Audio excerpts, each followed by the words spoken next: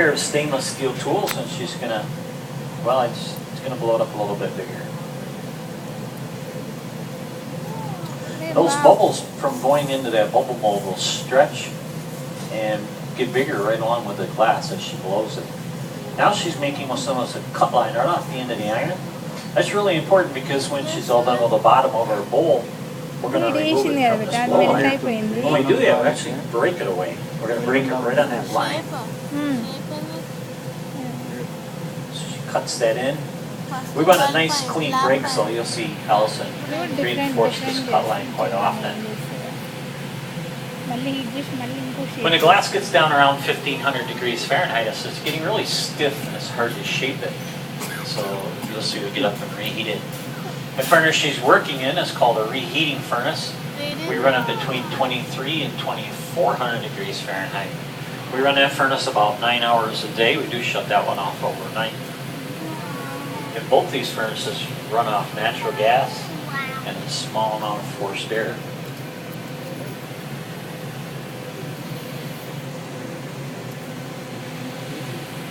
Look at this. So the bottom of the bowl is facing me. She cools that when she blows it. One thing about glass, if you blow it too thin, you never can get that weight back, where if it's a little thick, you can always heat it up and blow it out a little thinner. Hey, look at the shape it changes. You blow this and the shape changes. When she gets this the right size and the right temperature, we're going to drop a foot on the bottom of our bowl.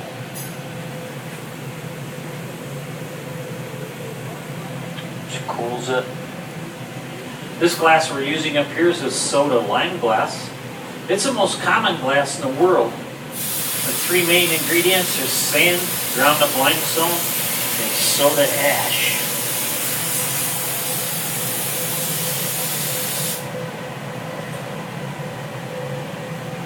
Now, as long as I keep this iron turning, this glass stays pretty round. Watch what happens when Allison grabs it with her shears and I stop turning it.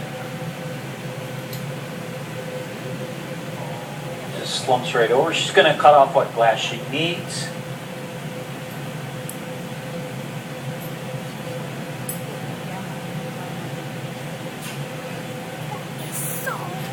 She's got a graphite pad, and she's going to push that right back.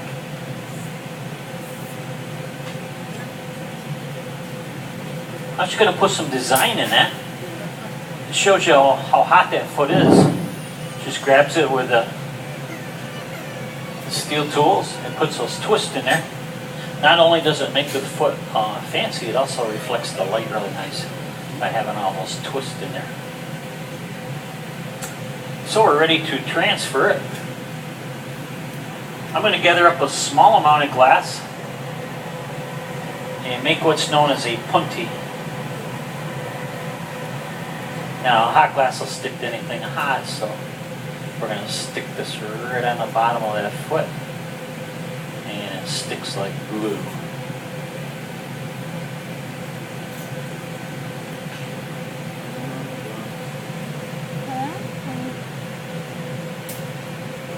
Recalculating.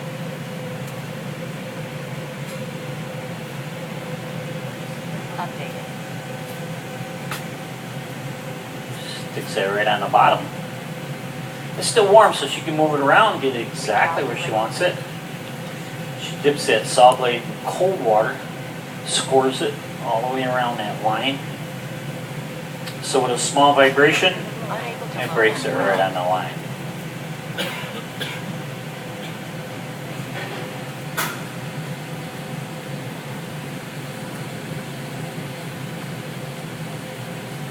So the bottom of our bowl is all done. Even though it's done, Allison still has to maintain a temperature of around 900 degrees throughout the whole bowl. If she doesn't, the glass will actually crack and break.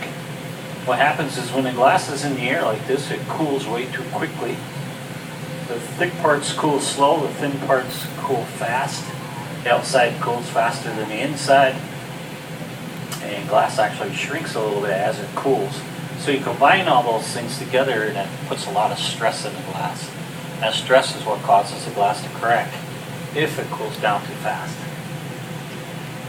So in order to save anything we make, we have to put it in our oven. This little oven up here is called an annealing oven, and it cools our glass down overnight really slow.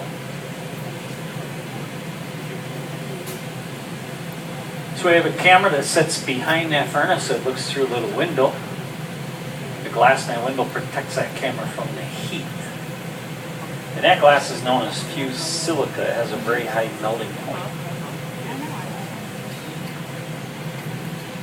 Just going to puff up the top of our bowl. The tool is called a steam stick.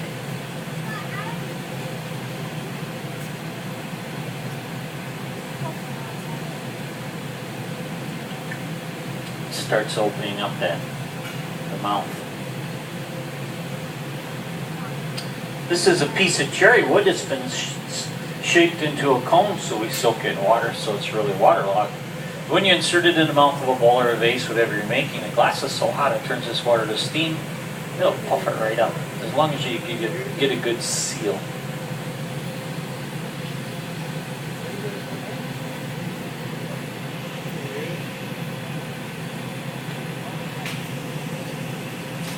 Going to heat that bowl all over when she first goes into the heat, and she kind of brings it back. Heats mostly the top. Recalculating. Updating.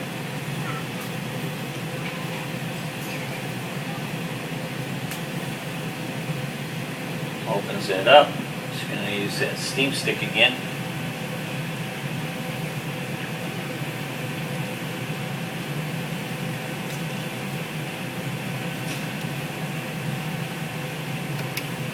Get ready to turn left on Museum Way.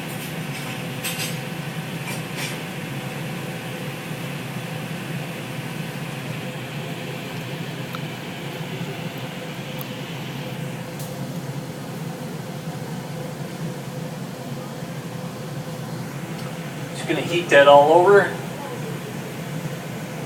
Recalculating.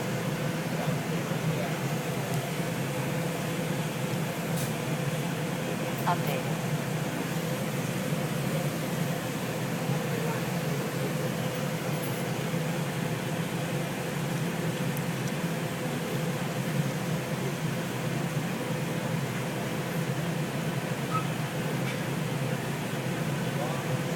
Starts to open it up.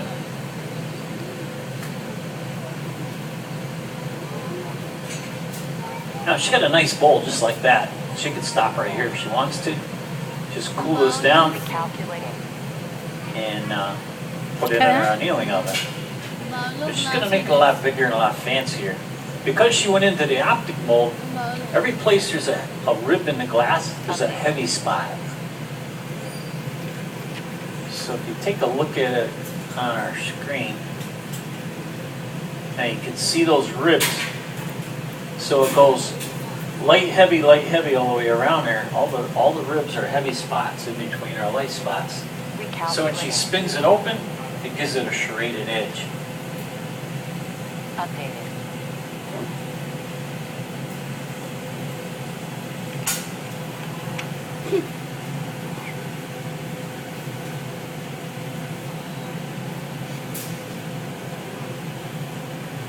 Start to open that up.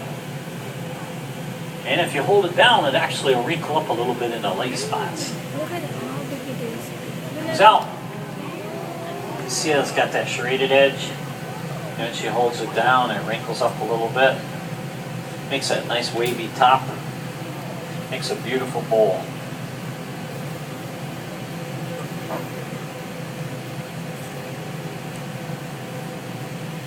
It's going to cool down quite fast. You can see all those bubbles